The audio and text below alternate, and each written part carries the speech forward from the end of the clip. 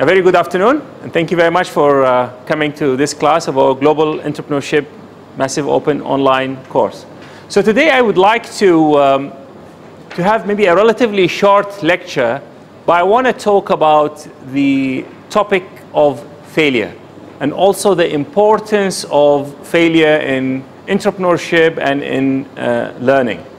So I will talk a bit about a framework for performance to anchor how do I see failure, and then I will give you a practical way to deal with failure when failure happens. Now, whenever we try something new, whenever we try to challenge an existing situation or status quo, we are exposing ourselves to the possibility of failure. Now, challenging an existing situation could be challenging what we think we can do. So, for example, I may be able to run the 100 meters in, I don't know, 15 seconds. But if I want to have a better performance and bring that down to 8 seconds or 9 seconds, currently I know that I cannot do it. So I'm challenging an existing situation that is related to me. Sometimes what we are challenging is what everyone thinks is possible. So for example, there was a time then we did not have mobile phones, and the mobile phones were thought of as the realm of even science fiction. So people thought, yeah, this you could see it in movies, but it will never happen. So that's the current thinking. That's the current thought of what is possible, whether at our personal level or at the level of what is available in technology. So I'm sure that at a point in time, all of us, we did not speak a language when we were children. But now I think everyone can speak few languages at least. We all have been in a time where we did not think, or sorry, we were not able to walk or talk or run, and for us to learn that skill, to learn that new thing, we are challenging an existing situation. And the existing situation is us as a baby, we don't have the strength in the muscle, we don't have the coordination, we were unable to walk. But somehow we managed to eventually walk. But if you recall, or when you look at children as they learn, they don't just simply one day at the age of 1, they just decide to walk. They just stand up and walk. It doesn't work like that. There's always trial, failure, and eventually we achieve, what we are looking for. Likewise, there were many things that people thought we cannot do. Things like we didn't know that we can fly until some people kept on trying. Some of them failed. Some of them even killed themselves in the process of trying. And then eventually now flight is taken for granted. Likewise, having a submarine and having the internet, having this MOOC, being able to record my picture and voice and stream it online, all these things was not always there. And someone think of them challenging an existing situation. So whenever we are trying to do something new, we are challenging an existing situation or an existing framework of thinking. Now, what I would like to do is to present to you a way of seeing this that will help you to deal with failure and sort of accept it or even welcome it. So I would like you to look here at this circle here in the center. at any point in time, every one of us have an expected level of performance.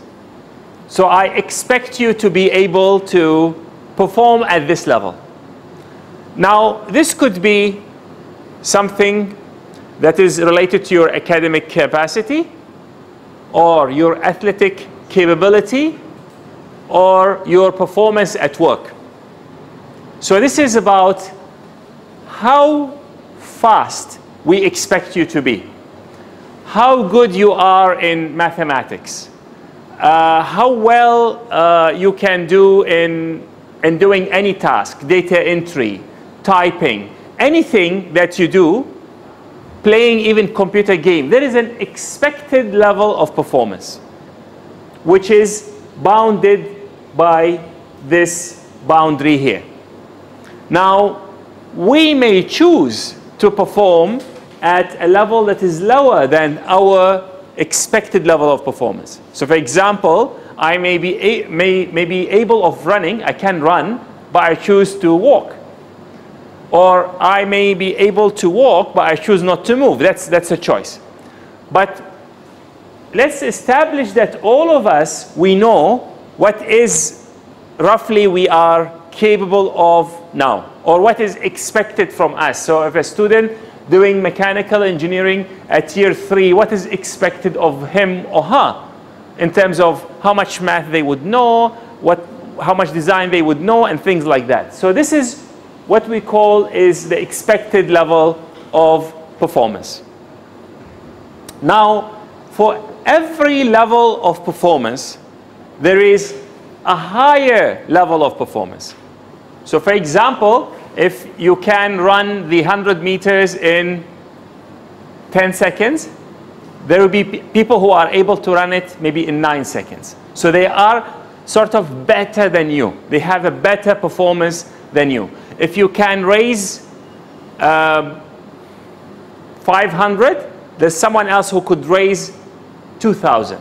So that's more than you. Now, what does that mean? Maybe your current capacity or capability allows you only to raise 500, but you know it's possible for a human being to raise more money than that. It has been shown, you could see it. You know that humans were able to run that fast. Humans were able to jump from an airplane with training. Maybe you don't have this capacity yet, but you know it is doable. You know it is possible. Now, should you decide to move from your current expected level of performance, or the ceiling of your expected level of performance, if you decide to move up, then you do an attempt. So you attempt to break your own personal record. So if you have always been able to score, okay, 70 out of 100, and this sounds like your record, you could try, do things differently, study differently, or do something else, and try, attempt to move to the new level of performance. Now, when you are working at this edge here, you're working at the edge of what you are capable of. Most likely, when you attempt, you are going to fail. Now, the key thing here that I would like you to pay attention to is if you try something and you straight away succeed, you just ask yourself, was this really the ceiling of my current capability? So for example, if I ask you to, let's do multiplication. 2 times 2? 3 times 5? 22 times 3? So I moved a bit, but 22 times 3? 22? 66. 66, okay. What did you say? You say 60? Right, right, okay. So clearly 22 times 3 is still within your capacity. Okay, 625 times 129. Now, clearly I took you to a new level. So now if you could work out where is this level of performance, that's very important for you to know what kind of failure that will be beneficial to you. So if you choose just not to try, or try something here and say, oh, my level is now here and I move here. But this is actually expected from you. This is not really you are pushing the limit. So this is like I do crowdfunding and I put my target as 10 ringgit and one person likes me, pledges, and I achieved it. I succeeded. Isn't that great? Not really, because you didn't really challenge an existing paradigm. You didn't challenge an existing limit. So what I'm trying to say here is, when we are working at this boundary here, which is the ceiling of what we are capable of, or the ceiling of what is being accepted as humanly possible, we are actually working, we are expecting failure, and that failure is to be welcomed. This is very important. This is an investment. And hence, I call this return on failure. Now, if I attempt and fail, what should I do? Attempt again. But when I attempt again, I should try something different. So I don't try the same thing that didn't work for me. So there should be some change in the way I have tried my work. So for example, I put a crowdfunding campaign on Pozible, and I wait for, and my target is 10,000 ringgit, and I wait for 2 months, and I get 0 pledges. Okay? This is an indication that something needs to change. It's a failure. That's great. Taken. Now, what am I going to change? Now, imagine if I take the same campaign, the same story, the same picture, and put it again on Pozible. Do you think I will be getting new results? Most likely not. So, but maybe if I'm changing the angle, or I'm changing my story, or I'm changing my rewards, then there is a possibility that you are going to succeed. But guess what? You may fail again, then attempt again, until eventually you achieve success. So when you move from your expected level of performance to a higher level of performance compared to you, at that edge here, there is the possibility, the potential of failure. That failure is simply feedback. It just tells you, this didn't work, change it. That's the failure that happens at this level. Now, the moment you succeeded and you reach the high level of performance, that new level of performance becomes an expected kind of performance from you. So if you have a football team that plays very well and they always keep on winning, this is what becomes expected from them. So when you reach the high level of performance, then and you are still interested in improving your performance, then the new level of performance is what we call the record level of performance. So ultimately, there is a record for how fast a human could run the 100 meters now. And this record is something that you still can challenge. But as you move on, definitely more coaching, more feedback, more technique, more study is necessary. So when you are here, maybe you could do this on your own. But when you are at this level, then you need help from experts, you need help from variety of people. You may need certain diet, certain support, and things like that. But eventually, what you do, you will attempt, and most likely again, you will fail. Then after you attempt and fail, eventually you will achieve success. Now, when you achieve success and you arrive at the record level of performance, this is really the world record for sales. the world record for how much money was raised using crowdfunding. This is the record for how fast anyone could run the marathon. It doesn't mean we cannot challenge this. As a matter of fact, we should challenge this. And we can go into what we call the uncharted territory. This is something that no one else has done before. This is the time where you make the first light bulb. This is the time where the Wright brothers would fly for the first time. This is the time when the new world record is born, right? And the idea is when you move in that direction, you attempt, most likely fail, but eventually you succeed. The moment you succeeded, you create what? A new record level. So this becomes the new record for others to try to challenge, or even for you to try to challenge it. So I would like to really get you to have a look at this model and focus on two things. First, it's very important for us to work out what is our expected level of performance. And this is a part where sometimes you are not really aware of it until we try.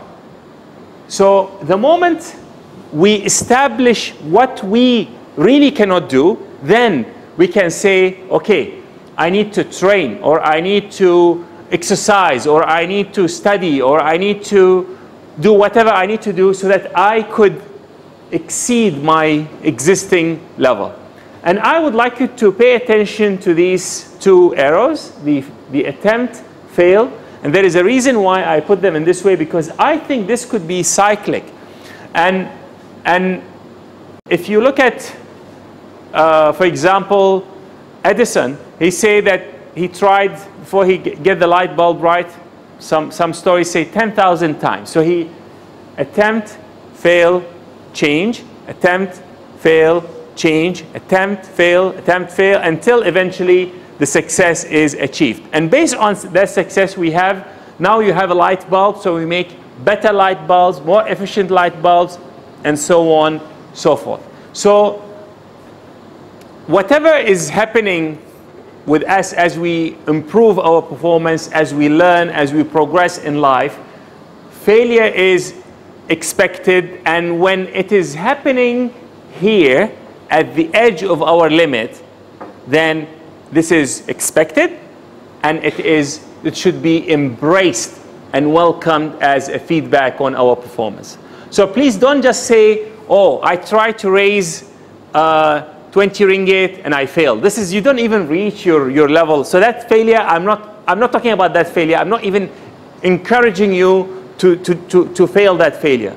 But if there is a fear in you, let's say you have a fear of flight, or you have a fear of spiders, or whatever fear, that's clearly a limit for you. And if you want to improve, if you want to break that fear, then you are actually working at this edge. So this edge is different for each and every individual for us. But cannot say, for example, I don't have any fear of spiders, but he has fear of spiders. So and I take the spider and say, oh, I've succeeded. No, this is not the failure that, or the success that we are celebrating. Really, where is the limit of my performance, and how am I going to progress through it towards the new level of performance? How can I use the current level of performance and the failure as a step towards my success? Now, I just took this like couple of, less than half an hour ago. So we could see that as a percentage, the most successful campaigns is this and this. So this, I think, they are 98%. About to be there. I think the target is 500 and they got 490. But some others are here. We are making 365, so there is some money. 185, 221. So these two campaigns, I think they are the highest in terms of percentage, and absolutely the amount of money that has been raised is also higher compared to to the other campaigns. Now, why I put this? Because maybe some of our campaigns will fail. Because our deadline, at least for this semester, from our course point of view, the deadline is the 4th of July. So inevitably, some of these campaigns may not be able to achieve their target. And I'm a bearer of good news today, because I'm going to give those who have failed to achieve the target an opportunity to redeem themselves. And the opportunity would be by filling what I call the return on failure form. So you can fill the return on failure form, and if you complete the form in a good way, in a useful way, then I'm going to assess this for you, and I'll give you some extra marks for that. So the form has, it's a real form, it's an A4 form, but I broke it down to a number of stages so that it guides you through, and we will make it available for download on Open Learning. So the first thing, you need to describe the failure or the mistake that you are analyzing. So for example, you cannot just say failure is my campaign did not achieve its target. You need to show more details. So the mistake, is it physical? Is it technical? Is it relational or otherwise? Is the failure done while you are trying something new? Describe the cutting edge that you are sort of challenging. So when you put that campaign and you wanted 10,000 ringgit, what were you actually, which limit you were pushing? Were you just whipping a number from air, or you just wanted 10,000 because you thought that's a good number for you to skip the exam? What was the reason for selecting that? So you need to describe this in as much details as possible. So that's the first part. Secondly, you need to examine what was the root cause for that failure. And one way to do that is to ask 5 whys. So for example, my campaign has failed. Why? My video was not good. Why? Well, I don't know how to make the video. Why? I was not trained in this. So if this is really the reason, if the reason is only then maybe you need to be trained in making the video. Or my campaign has failed. Why? I did not target the right customer. Why? Because actually I did not really understand what was this customer segmentation. I just simply say, I will give me 15,000 ringgit, and when I'm rich, I'll send you a thank you email. So it doesn't really work like that. So you need to see really and dig deep why the failure has happened. Then you need to describe how will you use the insight to eliminate or minimize the possibility of failure in the future. So as you try again, as you attempt, so let's say if you were to run the same campaign again in the future, what will you be doing differently based on your analysis, so that hopefully the chances of your success will be higher. And finally, you need to write what are the other key learnings of that failure. What did you learn? What are the things that you have learned from that failure, if any? So for those of you whom their campaign inevitably doesn't achieve its target within the prescribed time, we will view this as a failure, but that's a good failure. That's a failure that tells you that you've challenged an existing, hopefully you've challenged an existing limit, and the limit could be something that you lack, so you lack that capacity, or the limit could be you ask for so much money and people don't give that much money. So that's a limit in the environment that you are challenging. You are challenging the fact that people don't want to pledge for that kind of cause. And if the issue is with the cause, then you need to work out how are you going to bring awareness to that cause so that more people will be interested in working with you or helping you. Okay, so as I promised you, today is quite a short lecture, but I felt it's very important that I share with you the concept of return on failure. Is there any question in relation to the lecture or the course in general? Jacqueline?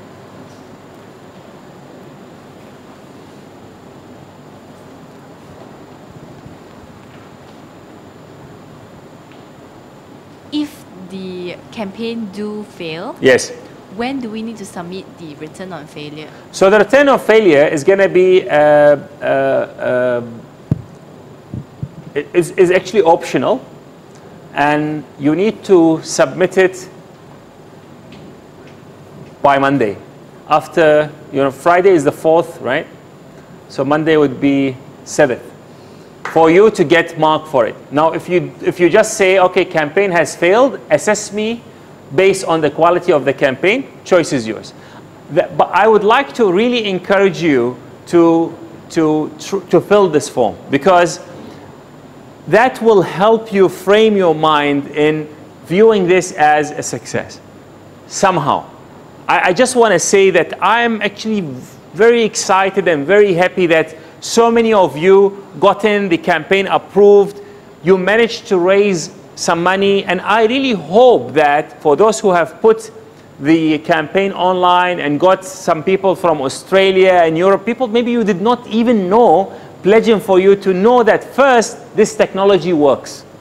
And secondly, you guys have done a great job, but imagine if you did even a better job in driving traffic towards your project. Maybe you would have achieved a better success.